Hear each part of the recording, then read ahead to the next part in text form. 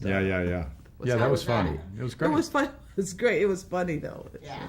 They can be pretty funny over there. Anytime you want to start, we're Okay. rolling. Just, All right. Great. So, Go ahead. all right. So, how did you guys decide to tell this story? Well, Steve Zalian, the great screenwriter, read the memoir, Roger's memoir, thought it would make a great doc. They approached me. They first approached Chaz and Roger through Roger's literary agent to float the idea. Didn't get shot down. So then they approached me, and I read the memoir and fell in love with it, and then decided I would love to do this film.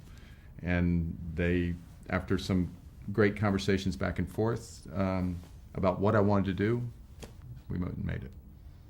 Did you have any misgivings about deciding to tell a story, considering that a lot of it took place in the hospital, or what were your thoughts? Well, we didn't know any of it was going to take place in the hospital. He wasn't in the hospital when we decided the movie was going to be made, so we thought it was going to be us going, to movie screenings, to festivals, having dinner parties, having Roger give speeches. We were establishing scholarships, a lot of things. That's what we thought we had no idea it would end up like that. Talk to our audience a little bit about what it evolved into. Well, it evolved into this really beautiful, quite moving portrait to me of a man who shows us how to live life with joy, even under the most difficult, challenging obstacles that can be thrown in your way. And he also taught us how to not only continue his gusto for life, but also his gusto for facing death and looking death right in the eye and saying, I'm on my way, I'm not afraid of you, I'm ready for you. He said he lived a beautiful life and he was ready for death. And I think that's a gift. I didn't get that when I first saw the film because it was so raw and I was just missing him so much. When I saw it recently, I stepped back and thought, what a beautiful gift.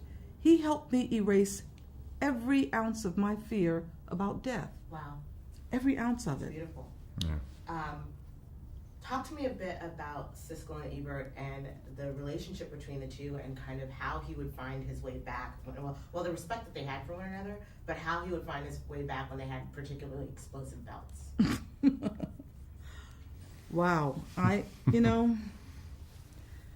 don't know, because sometimes they did have knockdown, drag out fights, and I'm not talking about on camera, I'm talking about off camera, and that would leave Roger feeling all churned up when he came home.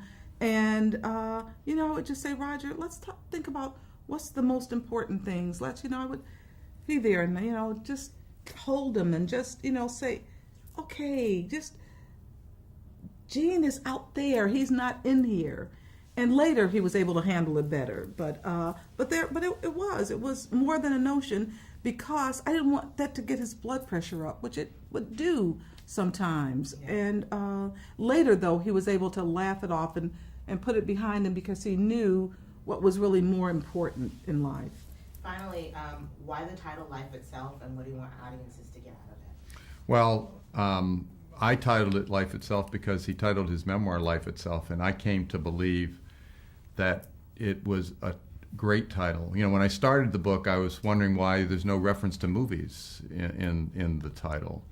But once you've read it, and once I did this film, I really came to understand, at least for me, how it was life itself that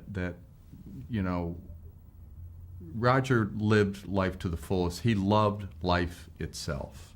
And that love of life itself is what informed everything that happened to him, including becoming a great critic. That was essential to him becoming a great critic.